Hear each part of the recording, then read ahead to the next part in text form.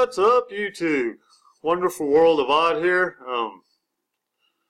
What I like to do on this channel is a lot of, we talk about God and Christ, we talk about reality, we talk about, the Illuminati type stuff and just the strange things. But sometimes I like to just look at strange anomalies that go on in this world. That's why this channel is called The Wonderful World of Odd, is to find strange things that just don't make sense in reality. Are these things coincidences? I don't believe in coincidences. So we're going to look at something here today. It was just insane to me. I was looking for a particular article on a man being killed in Vermont, trying to protect his gun rights, and he was killed over it. This is America, and you shouldn't be having to defend what is your right. But anyway, gun law changes in Vermont lately, and so I was doing that when I came across this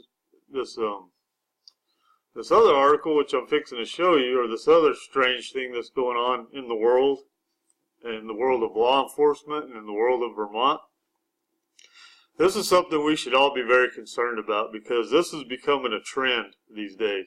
Not only these mass shootings, but also the shootings against civilians by law enforcement, and how it's just being glazed over. But this one in particular is very strange. So let me move my pretty face out of the way. So this is all the way back in February 12th, 2018, but like I said, I come across it doing some research on some other stuff. But look, man shot and killed by police on I-89 said he wanted to end it. So the man's wanting to commit suicide, and the police say, "Don't worry, we're not going to let you commit suicide. We're going to help you out because we're here to serve and protect." Anyway, let's read this. Vermont State Police say the man shot and killed by police Sunday afternoon on Interstate 89 was pointing a gun at his own head and walking toward officers, refusing their orders to put down the firearm. All right, hold on just a minute. I'm going to pause for just a second. So first of all, before an officer is supposed to use lethal force, their life is supposed to be in danger, not just you not obeying orders. That's the first thing. What gives the right for any man to take another man's life? I don't care if they're wearing a badge, gang symbol, white hood, black hat. I don't care what they're wearing. No man has a right to take another man's life unless they're putting that man's life in danger. Woman, child, whatever. Or, putting another person's life in danger. But anyway, so let's keep going. It gets better. Benjamin Gregoire, 42, of Sheldon, was by police as a suicidal, so he's already suicidal. They could have used non-lethal force on him probably and subdued him. But at least they kept the man from committing suicide by killing him. Good job. Good job. So they described him as suicidal, who had told the trooper earlier that he wanted to end it. He was hit by 3 of the shots in the head. Oh, here we go. I missed this part. So it was identified Monday by law enforcement officers who fired a total of 12 shots. Okay. He was hit by 3 shots. 1 in the head, torso, and shoulder, I'm sure. Or maybe 2, I don't know. According to Major Glenn Hall, head of the State Police Criminal Division. So, next point. I do not want to be trapped in the zombie apocalypse with these guys. You got a man walking with a gun to his own head, so you're not even under duress of being fired upon. And you hit 3 of 12 shots. You miss 9 shots, and you train with these guns all the time. Oh my goodness. So, who we're going to look at, so it goes on and it names the people that were involved in the incident. And, let me find him. Informant, Spike Barnes. Let me find it. Sorry for the delay. I'm going to pause for a moment. Okay, so here's the next point of the oddities and anomalies. So, friend, let me read this real quick. His friend described the victim as a gentle giant who would not, he was 6'6", his imposing size, but he would never threaten another person. Apparently he didn't. So, I mean, this is all right. You can read all this. But we're gonna the officer. What would be your threshold on this is no longer a coincidence, or this is no longer something that's just happening in police shootings? Like, so what I'm asking is, how many shootings would one officer have to be in to where it's not a coincidence anymore? Not only shooting, but fatal shootings. If an officer, I mean, think about it. If an officer served his entire, professional career as a cop, I could see maybe 3. If he got in on one early, when he's a rookie, and then one in the middle of his career somewhere, and then maybe one towards the end. An officer might be in 3 shootings. I mean, any more than that, and there's something up. That's all I got. There's something up. Look at this Officer Brown, who's involved in this shooting, and he's involved in 3 shootings in the past 6 months.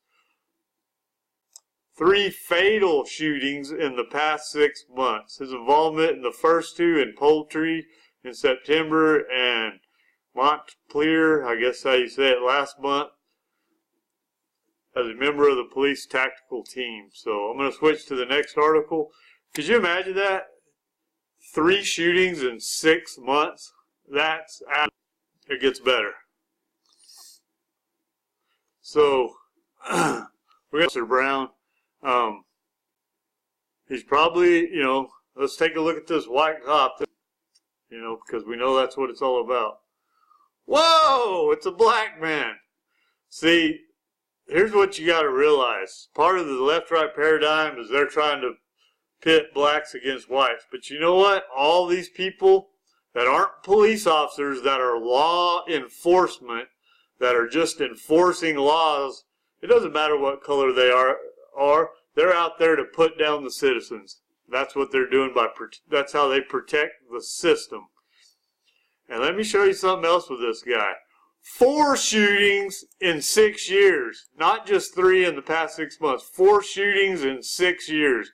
This man needs to be off the force now, not sent on, need to be investigated as murders, as far as I'm concerned. I read one of them was a bank robbery. Okay, I get that. There could have been a situation, but 4 in 6 years and 3 in the past 6 months, I think this man's got a taste for it.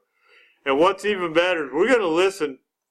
We're going to watch this short video. I'm sorry, the way I'm recording this is probably going to echo, and I notice they cut my mic out, in and out. It doesn't matter if I have one plugged in or if I'm just using it from the computer, so I'm sorry about things like that. But we're going to hear the short video. It's really quiet. I'll explain it as soon as it's done. But let's just see if you can hear it, and if not, I'll talk as it goes. So here we go. This character right here, this Chris Brown, this guy needs to be off the force. Whoa, hold on. They're messing with me.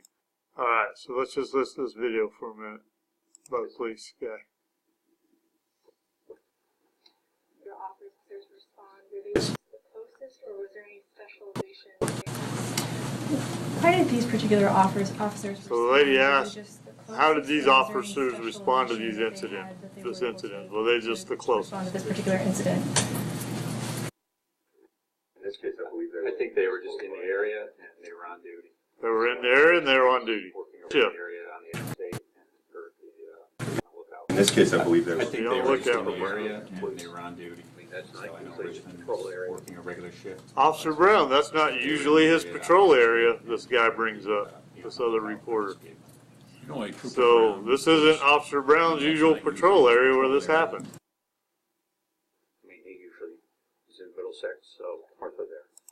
So this reporter points out that this Officer Brown is a couple of towns north of where he's usually I at. mean, he usually is in Middlesex, so There's something going on. why was he a couple of towns north of there? Detail for traffic safety, so he may have just been working that area, or he may have, I don't know, may have traveled that direction.